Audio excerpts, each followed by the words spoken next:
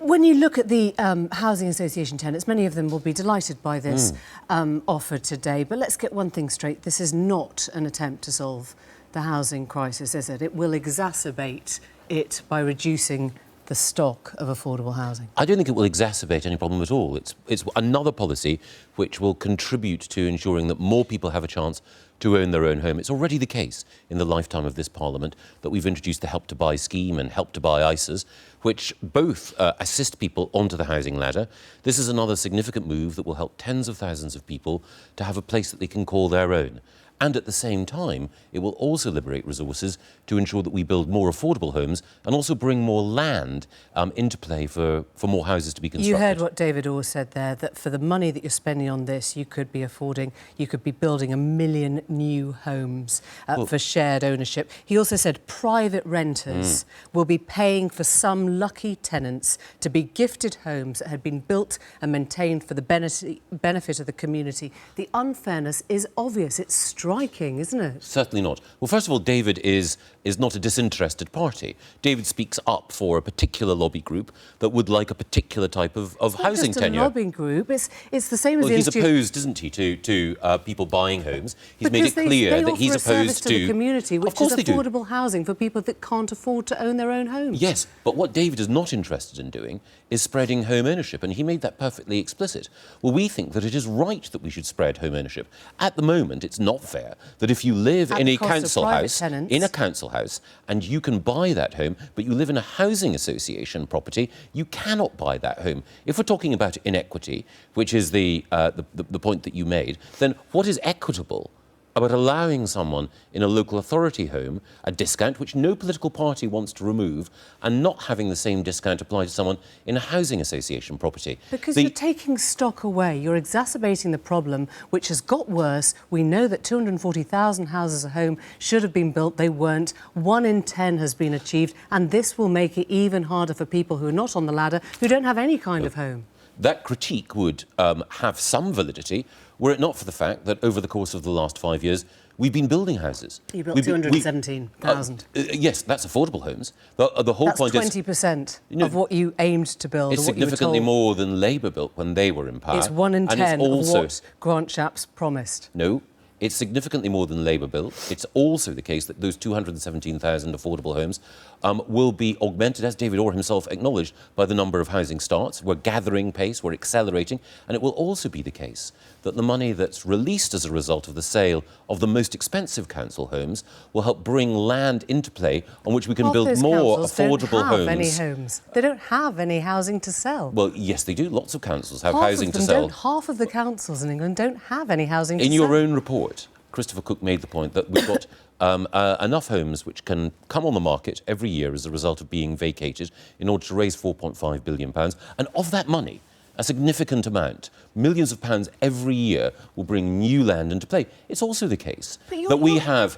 If you allow me to finish, Emily, because you're leaping ahead of each point that I make without acknowledging the validity of each of those points. OK, let me just acknowledge this validity then, because you're equating two things that don't equate. You don't know how many people that are housing association tenants will want to buy their houses. You don't know how quickly you can force councils, as you say, to sell off housing in order to put the money into rebuilding. You just don't know. Yes, we do. Because the figures that Chris Cook had in his report are the figures of the number of properties that become vacated, or the top third, the most expensive council house properties, that become vacated every year. So that is an established fact. The Department for Communities and Local Government confirmed that. As for the number of people who are housing association tenants who would like to exercise it, we'll wait to see, but we expect that there will be tens of thousands, and the policy is costed on that basis. But let me return to an earlier point that you overrode, and that is that this government has transformed the planning laws in order to make sure that we're building more houses. It has made sure that public sector land is liberated to ensure that we're building more houses. It has a right to buy, a help to buy scheme, which has ensured that more housing supply can be unlocked. And also we have help to buy ISAs, which not only stimulate demand, but also help to unlock supply. And I haven't even mentioned the starter homes that we're allowing house builders to build on brownfield sites that wouldn't be available for other use. And these starter homes are also going to be available to people under the age of 40, some of whom may be currently privately renting. So there are a range of policies that we're putting in place, all of which will help make home ownership a reality. Because The prospect of selling council houses has been an idea that's been in the air since 1959, backed by Frank Field, a Labour politician. We've talked a little bit about objected to by home some, ownership, and this is something that clearly you feel has been well costed and well sorted. Let's look at some of your other sums, because in the last few weeks we've had an £8 billion promise for the NHS, £7 billion for tax cuts, 360 million a year for rail fare freezes, 1.2 billion for the 3 days volunteering leave.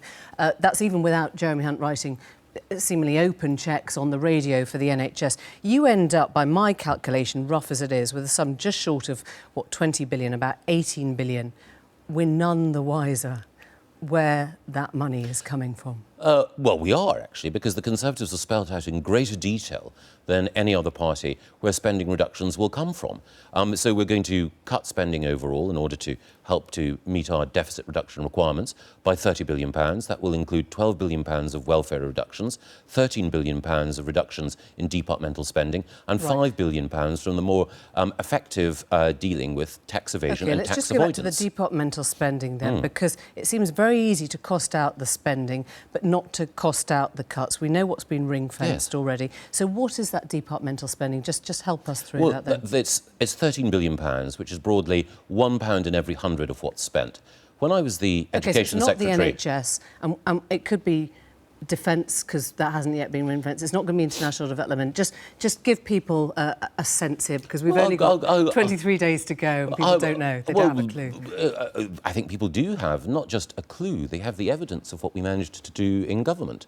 We managed in government to make significant savings. In the Department for Education, we reduced running costs by half during the course of the last 5 years. So this is based on a pledge of what you might be able to do if things go your way? No, economists have something called express preference, which means look at how someone's acted in the past if you want to see how they're likely to act in the future. What we've done over the course of the last 5 years is significantly reduce government expenditure and at the same time ensure that we've managed to increase spending on the NHS by £7 billion in real terms, plus also in this year increase spending by £2 billion. But if we look at how you've acted in the past, then we say, you said you'd wipe out the deficit and you haven't done that. You said you'd hit your immigration target, you haven't done that. You got your tax receipts wrong. But you were changing the subject, Emily. No, I'm not. I'm talking about your record. When you talk about we're talking about public spending and we've reduced the deficit by half. Well, OK, you said you'd wipe out the deficit. So if people are going on what the Tories said 5 years ago would happen in this Parliament... And it's been quite a successful reduction in public spending, hasn't it? Patently, you haven't always got your sums right. You've got your borrowing projections wrong. But you're moving the goalposts with, I'm really not. with great elegance and grace. No, I'm really not. But you were arguing about whether or not we were successful at reducing public spending. And we have been successful, haven't we? We have managed to reduce public spending. Would you gainsay the fact that we managed to, for example, cut the running costs of the Department for Education by the scale that I mentioned? I would gainsay that if I was a family who was on welfare, who was desperately worried about disability cuts and where that might come from, I would expect to be told by the party that wanted to be the next government if they were coming down the track or not. You've got 3 weeks to let people know. Do you not trust the electorate enough to tell them? Yes, we do, because over the last 5 years we haven't reduced spending in supporting people who have disabilities. And I think the idea that any government led by David Cameron would actually make the lives of disabled children or families with disabled members more difficult simply doesn't make sense. There will be no more cuts to welfare. There will be no more cuts to disability allowance. There will be no more changes to child benefits. Can you say that to us here? Those are two separate things. Well, three, actually. You've talked about disability and you've talked about welfare. The truth is that there's a huge amount of welfare spending. At ease now. There is a huge amount of welfare spending that can be reduced without having any impact on people who have disabilities. We're not going to hit or take money away from the disabled. We're going to protect people who are pensioners. What we are going to do and child is to benefit, make just sure... while you're on this one, there will be no more changes to child benefit. Can you say that to us here in the No, I can't say that. So that could be a place that's going to get cuts? It's not our policy at the moment, but the thing I would say is that we've succeeded over the course of the last 5 years, not just in making departmental cuts, which I've alluded to, but in making £21 billion worth of welfare cuts.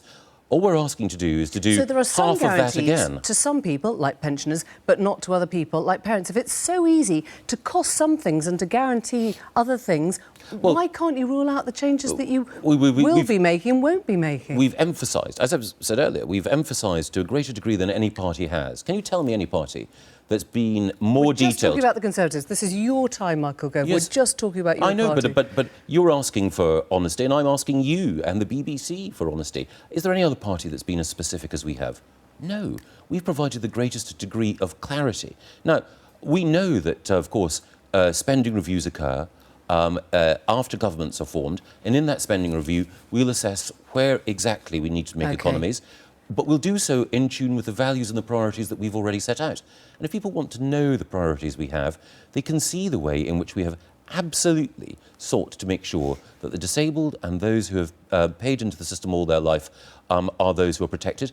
And welfare cuts, welfare savings can come from creating jobs, getting more people off welfare into work, and making sure that the economic universal reform. credit Just one more is area, which is implemented. in the manifesto. Very briefly, it tinkers with the notion of House of Lords reform. Failure to agree that last time round, of course, cost you those boundary changes, which must just seem achingly crazy to your party now. Neck and neck in the polls. Do you look back and say that was the biggest loss, that was the biggest mistake? We should never have let that one get away. Well, I think the mistake was Nick Clegg's in not honouring his commitment. Nick Clegg said that in return for a referendum on the alternative vote, which we legislated it was about the House of Lords, wasn't it? It's about reform to the House of Lords. If you'd agreed Again, Emily, that. if you actually look at the detail of what was agreed in the coalition agreement, the agreement was that in return for a referendum on the alternative voting system, then we would have reform to constituency boundaries and to numbers in the House of Commons.